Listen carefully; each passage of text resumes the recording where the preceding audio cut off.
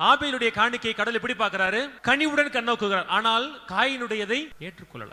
நிலத்தின் விளைச்சலிலிருந்து காயின் கொடுத்தான் தான் இருக்கு. நம்ம என்ன சொல்லுவோம்? முதல் தரமானதை கொடுக்கல, எடுத்து வச்சாரு, ஒதுக்கி வச்சாரு. இல்லை, பவுல் சொல்றபடி நான் விதைக்கிறேன், ஒருவர் நீர் பாய்ச்சுகிறார், விளைச்சலை கொடுக்கிறது யாரு?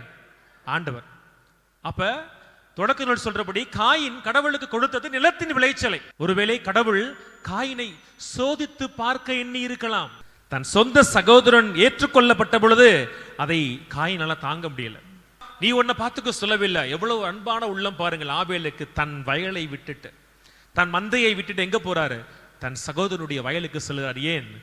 ஒருவேளை என் அண்ணனின் கரத்தோடு என் கரமும் இணைந்தால் கடவுள் அவனுடைய காணிக்கையும் கனிவோடு கண்ணோக்குவார்னு ஆபேல் நினைச்சிருக்கணும். நம்முடைய வீடுகளுக்குள்ள, நம்முடைய சொந்தத்துக்குள்ள, நம்முடைய உறவுகளுக்குள்ள ஒருவர் மேல போகிறப்ப என் மனநிலை எப்படி இருக்கு?